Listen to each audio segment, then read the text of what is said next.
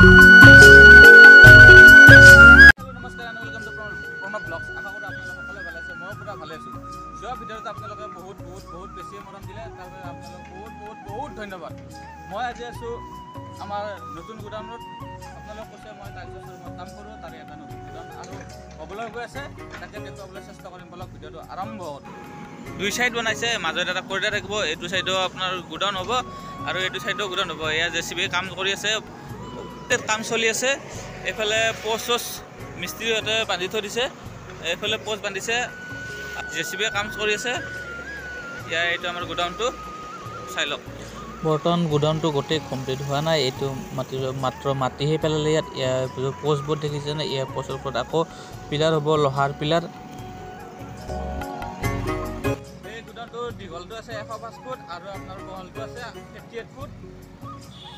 ইয়াত ৰড কিমান লাগে, চিমেণ্ট কিমান লাগিল, ইটা কিমান লাগিল, এইখিনি জানিবলৈ আমাৰ লগত আছে মিস্ত্ৰী। বলক তাৰ লগত কথা পাতোঁ। এয়া মোৰ লগত আছে মিস্ত্ৰী ভাই।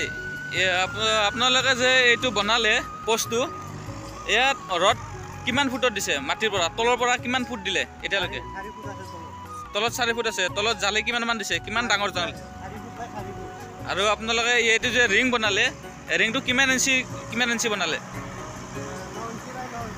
আৰু কিমান ইঞ্চি গেপ দিলে? আৰু আপোনাৰ ইয়াতে পোষ্ট দিলে যে, পোষ্টত 4ডাল ৰড দিছে।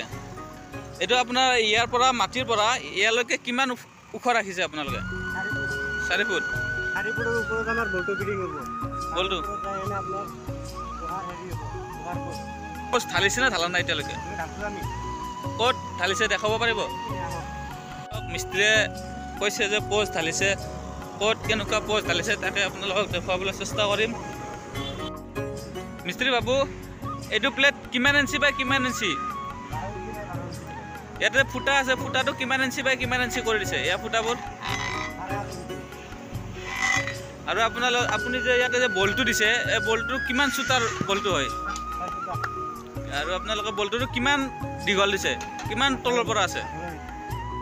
18 ইঞ্চি। ঢালাই কৰিলে যে, ঢালাইটো কিমান ইঞ্চি হ'ব? মিস্ত্ৰী বাবু, আপোনালোকে যে কামখিনি কৰিলে, কিমান দিনৰ ভিতৰত এইখিনি কাম আপোনালোকে শেষ কৰিলে এতিয়ালৈকে? কিমান দিন গ'ল এইখিনি কামত? 1 মাহ গ'ল।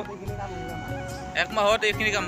চাওক গাইছ, ইহঁতে বহুত জলদি বহুত কাম শেষ কৰিলে। আৰু কিমানমান দিন লাগিব কামখিনি শেষ হোৱালৈকে?